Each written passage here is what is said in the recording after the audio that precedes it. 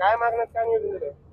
मी सुनील काळे आदिवासी पारधी महासंघाचा प्रदेश अध्यक्ष या नात्याने धाराशिवमध्ये राहतो आणि आदिवासी पारधी महासंघातर्फे संपूर्ण 32 जिल्ह्यामध्ये महाराष्ट्रामध्ये बोगस जे आदिवासी आहेत त्यांना हटाव आणि काही घुसखोरी करू पाहतायत आदिवासी जमातीमध्ये, तर काही जातींना ते रोखण्यासाठी निवेदन आपण दिलेलं आहे सन्माननीय आपले जिल्हाधिकारी महोदयांना.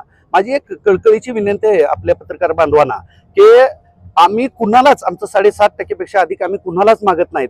प्रत्येक जात आमच्यामध्ये घुसू पाहते, त्या जातीचं आणि ह्यांचं नाव घेणं योग्य वाटत नाही मला.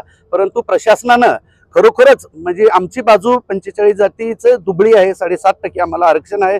महामानव डॉक्टर बाबासाहेब आंबेडकरांनी जे दिलेलं आहे ते टिकून ठेवण्यासाठी आम्ही रात दिवस एक करू, परंतु हे आमचं आरक्षण कुणालाही देता कामा नाही, आमच्यामध्ये कुणाला घुसू देणार नाही.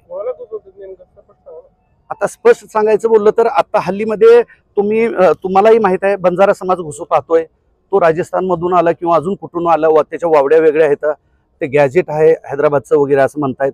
परंतु 7.5%च्या माध्यमातून आम्ही 100% म्हणजे ठाम राहणार. आमचे बी 25 आमदार आहेत, आमचे बी मंत्री महोदय आहेत, त्यांनी बी आमची बाजू लावून धरण्याचं परवाच मिटिंग झाली. जवळपास 14 ते 15 आमदारांसोबत मिटिंग झाली आणि त्या मिटिंगमध्ये असं ठरलं की कुठल्याही हालतीमध्ये आपण कुणालाही घुसू देणार नाही. आज काय केलं? आज इथं जवळपास धाराशिव जिल्ह्यामधून अगदी कानाकोपऱ्यामधून 6 ते 8 हजार लोक पारधी समाज एकत्रित आम्ही आलो आणि आज जिल्हाधिकारी कचेरीवर आलो आणि आमचं निवेदन दिलं.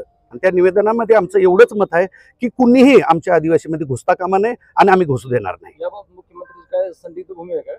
नाही, अजून काय म्हणजे त्यांनी तर सुरुवातीलाच बोललं की इथून पुढे असं कुणालाही आरक्षण दिलं जाणार नाही आणि विनाकारण कुणीही उठू नये, उठसूट आरक्षण आम्हाला द्या असं म्हणू नये. असं अनेक वेळा तुम्हीच आम्हाला दाखवले मीडियाच्या माध्यमातून.